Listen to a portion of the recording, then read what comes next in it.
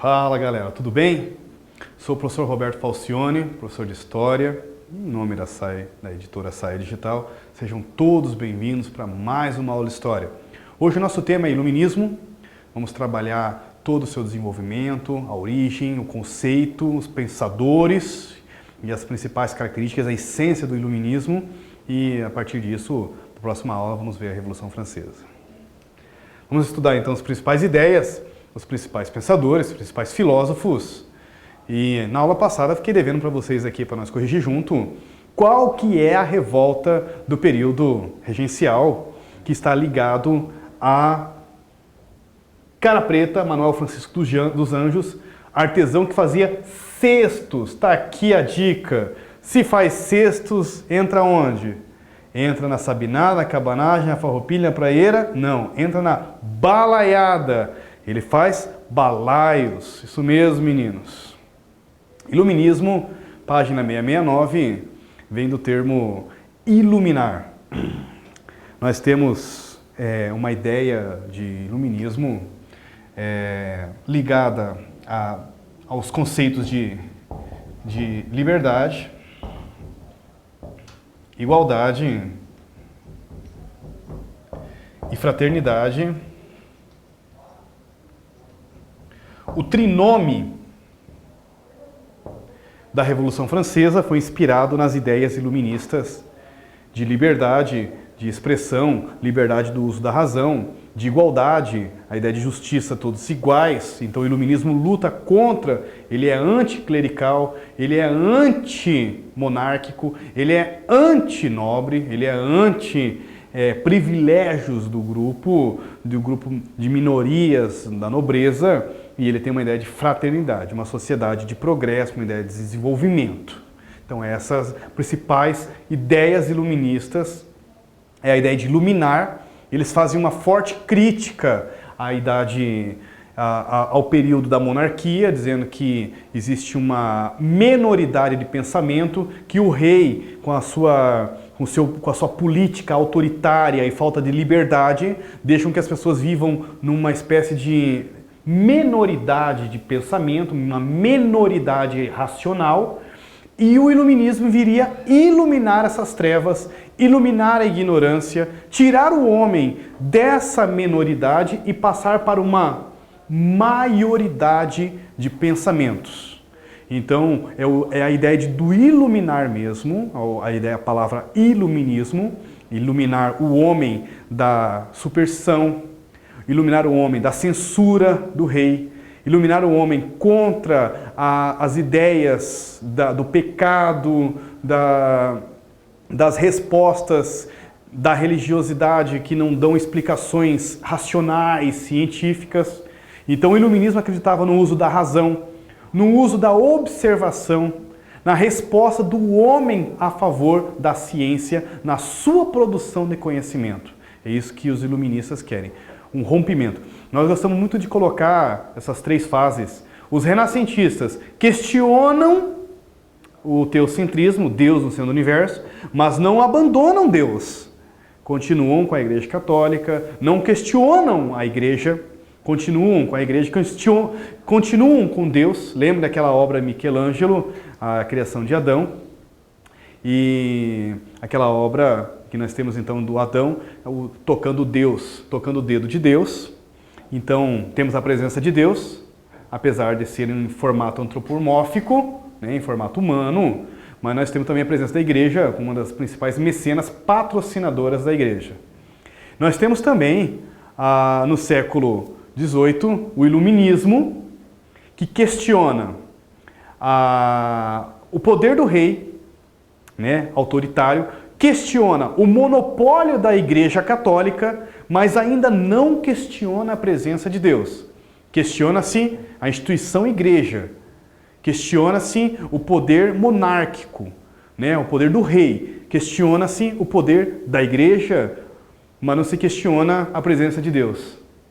No entanto, é no século XIX que a ciência atinge o pico mesmo, vamos dizer assim, o auge do momento, e agora sim, nós vamos pensar que surgem pensadores, até mesmo agnósticos ou ateístas, que questionam a presença de Deus, a existência de Deus. Aí surgem o existencialismo, Jean-Paul Sartre, surgem movimentos como o darwinismo no século XIX, né, que vão questionar sobre a ideia da criação humana à imagem e semelhança de Deus, com teorias evolucionistas. Aí é uma ciência separada totalmente da religiosidade. Aí nós podemos falar. Olha que interessante, que processo evolutivo científico, passando dos renascentistas, chegando aos iluministas, até chegar no século XIX. Iluminismo teve então as suas origens no século XVII, mas o auge, o apogeu foi no século XVIII. Ela é a base ideológica das revoluções burguesas, em destaque para a Revolução Francesa. Utiliza-se também muito o termo século das luzes para se falar muito do iluminismo. Ideias criticadas pelo iluminismo são contra o rei, absolutismo, são contra as políticas mercantilistas do rei, o famoso monopólio do rei, o amigo do rei ganhando privilégios, são contra a desigualdade social, são contra são contra o poder centralizado da igreja, são contra a falta de liberdade e são contra, né, a resistência de resquícios feudais, por exemplo, a servidão.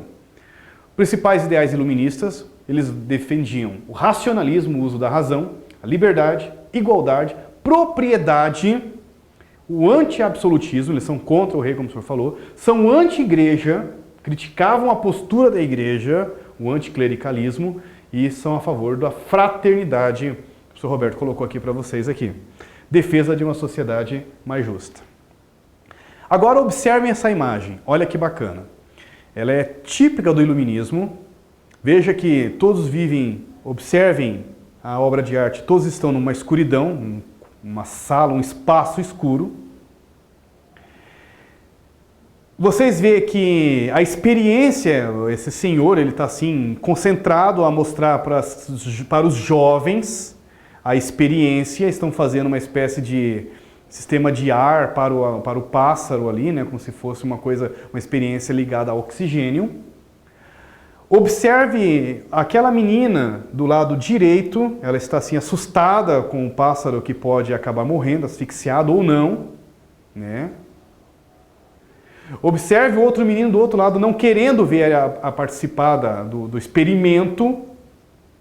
Por outro lado, no lado esquerdo, você vê um senhor, um rapaz extremamente concentrado, um jovem muito curioso com o que está acontecendo, com essa experiência. A palavra experiência é muito interessante porque se usa muito essa palavra na ciência a partir da experiência, ou seja, tem que pegar um animal, tem que fazer uma experiência com ele para descobrir os efeitos. Isso é ciência do século XVIII, isso é iluminismo. Essa obra de arte está representando uma experiência iluminista e, claro, a ideia que a experiência está iluminando a razão. A menina, tadinha, é a inocência, é a superstição, ela está fechando os olhos diante da luz do iluminismo, por isso que ela está com os olhos fechados. Você observa as pessoas, todas elas aqui, reagindo diante da ciência, como se nada mais agora fossem iguais, como se essa experiência mudasse diretamente a vida de todos eles aqui. Principais pensadores, meninos: John Locke, Voltaire, Montesquieu, Rousseau, Diderot d'Alembert. Vou fechar com eles aqui. Diderot d'Alembert, se falava muito assim, né? O Diderot claro que ele chamou Voltaire, claro que ele teve Rousseau, são grandes pensadores que, inclusive, o Rousseau vai ter que precisar fugir de um país para o outro, sair da França porque ele é perseguido pelos soldados do governo monarca, né? Então eles vivem uma situação também assim de muita coragem, são aventureiros, colocar suas ideias contra o rei no momento que não tem liberdade de expressão não é fácil. E Diderot e d'Alembert chegaram e falaram o seguinte: olha, a religião tem a Bíblia, tem o livro sagrado. Por que nós também não teremos o nosso livro que represente a ciência?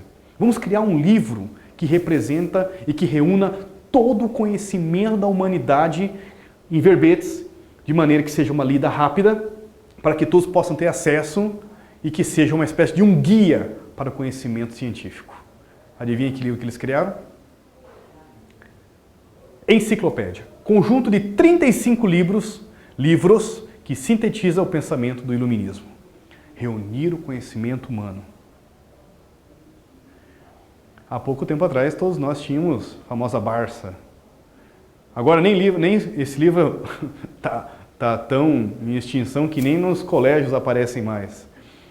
Com o advento da internet, tudo ficou muito fácil, né? Apesar que tem que ter muito cuidado, meninos e meninas, né? Pesquisar na internet, porque ele é um espaço muito aberto, aparece uma enxurrada de informações. Nem todas teve um tratamento científico, cuidado, referenciado, trabalhado seriamente. Muitas informações são falsas na internet, tem que se cuidar com isso também, né? Mas a enciclopédia, por muito tempo, se tornou realmente uma espécie de caminho, né? A professora mandava, vai fazer uma pesquisa, vai para a biblioteca do colégio, vai pesquisar na enciclopédia. Hoje, com a internet, acabou tudo meio que mudando. Tá aí o termo, inclusive, que vocês têm, dos sites livres. É livre, hein? Cuidado, todo mundo pode postar muita coisa lá. Então acaba que nem tudo é muito confiável, mas é um caminho que alguns estudantes acabam utilizando inicialmente, que é a Wikipédia, é um exemplo. Mas ele é um site livre, tem que ter um cuidado metodológico com ele também. Aqui a capa do livro Enciclopédia, os escritores da Enciclopédia viram ensinar como uma destruição das superstições e o acesso do conhecimento humano. Esse livro foi publicado em 1751. Para casa, meninos, Frederico II da Prússia. Ele gostava de reunir vários escritores, músicos, poetas em seu palácio. Peguem o nome desses aqui, letra A, B, C, D e E, pesquisem esses pensadores e qual deles está na Prússia, que é a atual Alemanha, e está relacionado com esse espaço do Frederico II, o rei da Prússia. Número 2. Contrato social, René Rousseau, fala aqui sobre o projeto de sociedade, de contrato social, que uma necessidade de uma convenção para que haja uma vontade suprema geral, para que haja uma sociedade mais justa e que proteja a liberdade individual e indivisível de todos. Responda que o texto apresenta qual característica dessas aqui. Próxima aula nós vamos ver juntos. Espero que vocês tenham gostado da aula. E próxima aula, Revolução Francesa. Bons estudos, foco, força, fé. Até a próxima. Valeu, obrigado.